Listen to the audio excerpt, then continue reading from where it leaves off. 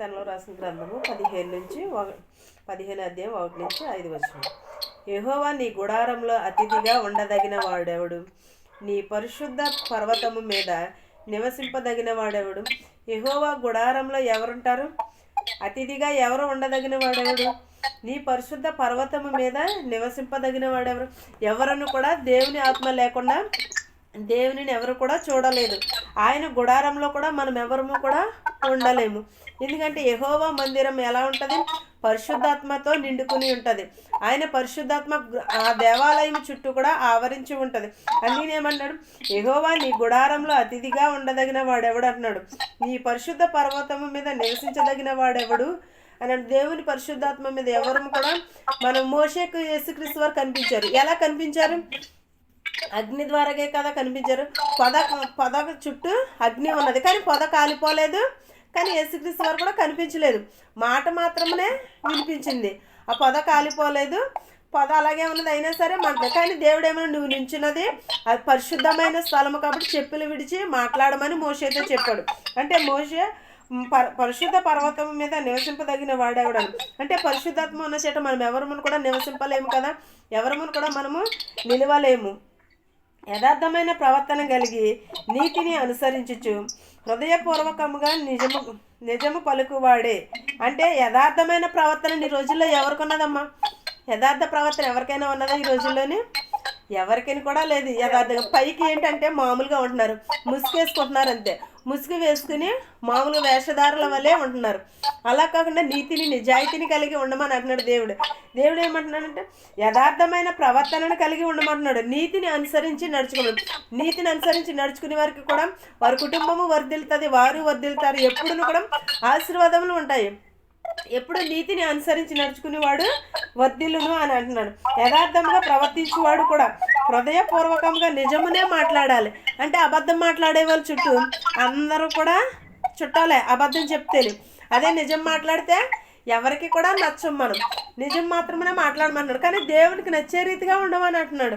మనుషులకు మెచ్చే రీతిగా కాదు, దేవునికి నచ్చే రీతిగా ఉండమని అంటున్నాడు. ప్రతి దాంట్లోనూ కూడా దేవునికి నచ్చే రీతిగా మాత్రమే ఉండమని అంటున్నాడు. హృదయపూర్వకంగా నిజమే మాట్లాడమని అంటున్నాడు. మనం నిజంగానే నిజం మాట్లాడుతున్నామా? మనం దేవుని సన్నిధిలోనే కదా, ఎక్కడైనా సరే మనం నిజం మాట్లాడుతున్నామా? ఎప్పుడైనా సరే మన హృదయాన్ని మనం ఒకవేళ ఎంత తప్పైనా ఒప్పైనా సరే నిజము మాత్రమే మాట్లాడాలి. మన చుట్టూ ఎంతమంది అయినా ఉండవచ్చు, ఎవరైనా ఉండవచ్చు, కానీ నిజం ఎప్పుడే నిప్పు లాంటిది. నిజం ఎప్పటికైనా సరే వర్ధిల్లుతుంది. కానీ అబద్ధమైతే ఆ అబద్ధం కోసము 100 అబద్ధాలు చెప్పాలి, ఆ మోసం కోసం 100 మోసాలు చేయాలి. అలా కాకుండా నిజమునే పలకమని అంటున్నాడు దేవుడు. మన జీవితాలలో కూడా జరిగే ఉంటుంది కదా, మనం నిజం మాట్లాడాలని. మనం కూడా ఏమనుకుంటాం, ఎవరికైనా ఒకవేళ అబద్ధం చెప్పామనుకో, ఆ అబద్ధం దాయటానికి ఎంత బాధపడాలో, అది నిజంగానే బాధపడాలి. మనం ఒకవేళ అంత బాధపడతామని ఆ రోజున మనకు తెలియదు, కానీ తర్వాత మనకి తెలుస్తుంది. అయ్యి బాబా రోజుని ఆ అబద్ధం ఆడటం వల్లనే కదా ఇవాళ ఇన్ని తిప్పలు పడుతున్నాను అని అనుకుంటాం. కానీ ఎప్పుడును కూడా నిజమునే పలకాలి, నిజమునే మాట్లాడమని అంటున్నాడు. అట్టువాడు నాలుకతో కొండెములాడాడు, తన చెలికానికి కీడు చేయడు, తన పొరుగువాని మీద నిందా మోపడు. ఒక చిన్న ఉదాహరణ, ఏమో గుళ్ళోనంట ఒక ఇద్దరు స్నేహితులు ఉన్నారంట. ఇద్దరు స్నేహితులు ఉంటే ఒక స్నేహితుడు ఏం చేస్తాడంటే కత్తి పనిచేసి ఎక్కడో పెట్టి మర్చిపోయాడంట. ఎక్కడో పెట్టి మర్చిపోతే ఇంకో ఆ స్నేహితుడు వాళ్ళ ఇంటి తన స్నేహితుడి కోసమని ఇంటికి వెళ్ళాడు. ఇతనేమో కత్తిని ఎత్తుకున్నాడు అని వాడికి కూడా తెలీదు, కత్తి ఎక్కడో విడిచిపెట్టేసాడని. కానీ తన కోసం వచ్చి వాళ్ళ ఇంటి దగ్గర నుంచి వెళ్తాను చూసి అన్నాడంట, నా కత్తి వాడే దెబ్బేశాడని వాడి మీద నిందేశాడంట. తన ఫ్రెండ్ మీద అతనే నిందేశాడంట. ఊళ్ళో కూడా అందరికీ కూడా కత్తి దొంగ అని అంటున్నారంట అందరూ. నా కత్తి దొబ్బేశాడు, కత్తి దొంగ అని అంటే కత్తి దొంగ అని అంటే అతను నేను తీయలేదన్నా సరే ఎవ్వరు కూడా నమ్మట్లేదంట. ఇద్దరు ప్రాణ స్నేహితులు కదా, మీరు ఇద్దరు కలిసి ఉంటున్నారా, వాళ్ళ ఇంట్లోకి నువ్వు తప్ప ఇంకెవరో వెళ్ళరా అని అలా అంటున్నారు తప్ప. కానీ నిజం చెప్తున్నాడు అని అనుకోవట్లేదండి. ఇతను ఒక రోజు అంతా ఎత్తిగాడు. మళ్ళీ తెల్లవారి కత్తి ఎక్కడున్నదో కనిపించిందంట. వాళ్ళ ఇంట్లోనే పెట్టి మర్చిపోయిన చోటుకి వెళ్ళి చూసుకునేసరికి కత్తి ఉన్నది. కత్తి ఉండేసరికి సర్లే కత్తి ఉన్నది కదా అని వెళ్ళి స్నేహితుడి దగ్గరికి వెళ్తాడు క్షమాపణ చెప్దామని. కానీ ఈ లోపు ఏం చేశాడంటే నన్ను అందరూ కత్తి దొంగ అని అంటున్నారు ఊళ్ళో అందరూ. నేను ఎందుకని ఊళ్ళో ఉండాలని ఊరు విడిచిపెట్టి వెళ్ళిపోయాడు. ఊరు విడిచిపెట్టి వెళ్ళిపోయాడు. కానీ ఇతను పశ్చాత్తాప పడిలోపు ఏం జరిగినది? స్నేహితుడు లేడు. ఇంకా నయ్యము చనిపోలేదు. ఈ అవమానం భరాయించలేక చనిపోయే వాళ్ళు చాలామంది కూడా ఉంటారు. కానీ ఊరు విడిచిపెట్టి వెళ్ళిపోయాడు. కానీ క్షమాపణ లే కలగకపోవటం వల్ల చాలా పశ్చాత్తాపడ్డాడు. నా స్నేహితుడి మీద నేను ఎలా నింద చేశానని చాలా బాధపడ్డాడు. కానీ ఆ స్నేహితుడు మళ్ళీ తిరిగి రాలేదు. ఇతను పశ్చాత్తాపం కూడా పొందాడు, కానీ తనకు మనశ్శాంతి లేదు. అందుకనే ఒకరి మీద మనం నిందేసినప్పుడు చాలా ఆలోచించి నింద వేయాలి. ఒకరి మీద మనం అబద్ధం మాట్లాడినప్పుడు కూడా ఏది చెప్పినా సరే, ఎంత కీడు వేసినా సరే మనం ఎప్పుడూ కూడా ఆలోచించే మాట్లాడాలి. ముందు మన ఇల్లంతా చక్కబెట్టుకోవాలి. అప్పుడు తర్వాత దొబ్బాడా లేదా తీసాడా లేదా అనేది చూడాలి. అంతేగాని నోరు ఉన్నది కదా అని మనం అనేసామనుకో మన ఇష్టానుసారంగానే దేవుడు అది తిరిగి మళ్ళీ మనకే వేస్తాడు. ఏమి విత్తుతామో అదే కోస్తామన్నాడు దేవుడు. మనం విత్తిన దాన్ని బట్టే మనకి ప్రతిఫలం ఇస్తానని అన్నాడు. అలాగే మన పొరుగు వారి మీద ఎప్పుడు కూడా అబద్ధ సాక్ష్యములు పలకకూడదు, కీడు మాటలు పలకకూడదు, నింద ఎప్పుడును కూడా మోపకూడదు. అతని దృష్టికి నీచుడును అసహ్యుడును. అతడు యెహోవా యందు భయభక్తులు గలవారిని సన్మానించును. అతడు ప్రమాణము చేయగా నష్టము కలిగినను మాట తప్పడు. ఏంటదండి? అతనికి నష్టం వచ్చినా సరే, ఏది వచ్చినా సరే యెహోవా యందు భయభక్తులు కలిగి ఉంటే ఎంత మాత్రమును కూడా ప్రమాణము చేయడం అన్నాడు. నష్టము కలిగినను సరే అతడు అబద్ధమైతే చెప్పడు.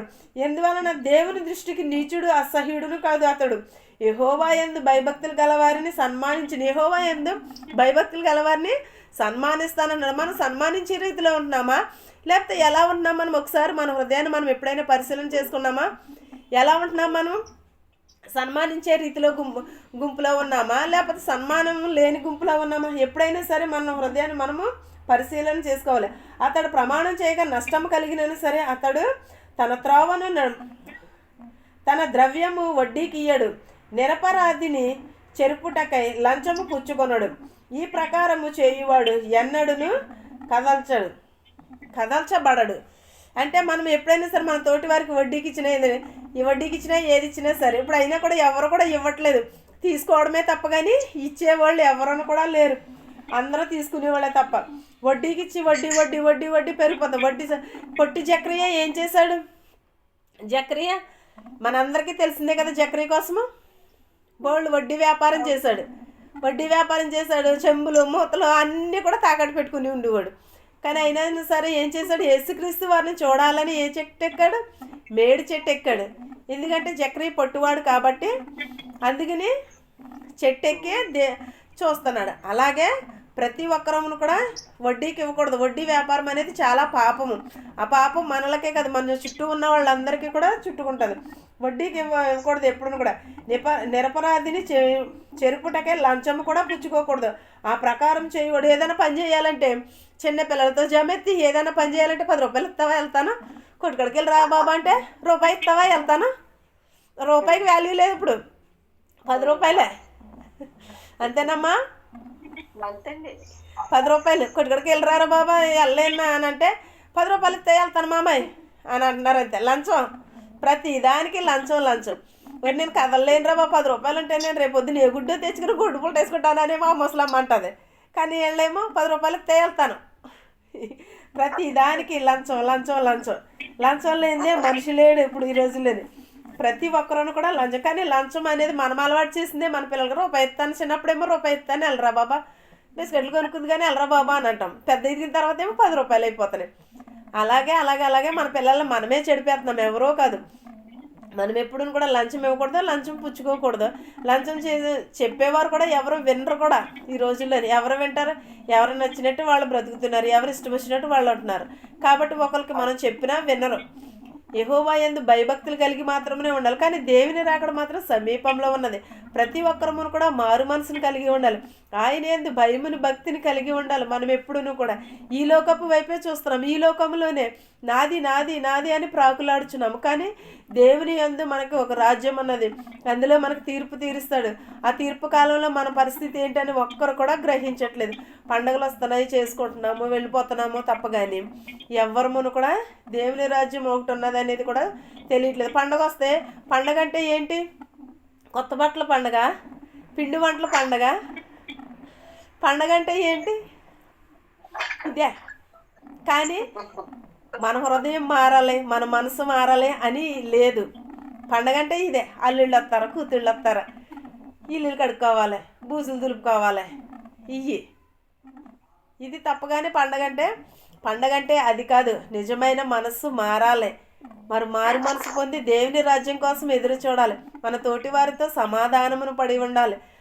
అది నిజమైన రక్షణ అంటే. వాక్యమును మనం చేతబుచ్చుకోవాలి. వాక్యమును మన మనసులో గ్రహించుకున్న రోజునే నిజమైన పండగ. అంతేగాని యేసుక్రీస్తు వారు ఎప్పుడు పుట్టారని తెలియదు. చలికాలంలో పుట్టారు అంతే, కానీ ఏ రోజున పుట్టారనేది తెలియదు. ఏ తారీఖు ఏ నిమిషం. చలికాలం ఎక్కడ బైబిల్ అంతా చూసినా సరే చలికాలంలో పుట్టినట్టు, చలికాలంలో పుట్టారు అంతే తప్ప కానీ ఈ రోజు ఆ రోజు అని ఏమీ లేదు. కాదంటే మనం అందుకనే డిసెంబర్ నెల అంతా కూడా చేసుకుంటాం అంతే పండుగలు. సరే, వాక్యం మీకును మాకును మనందరికీ తోడయ్యుండును గాక. ఆమేన్.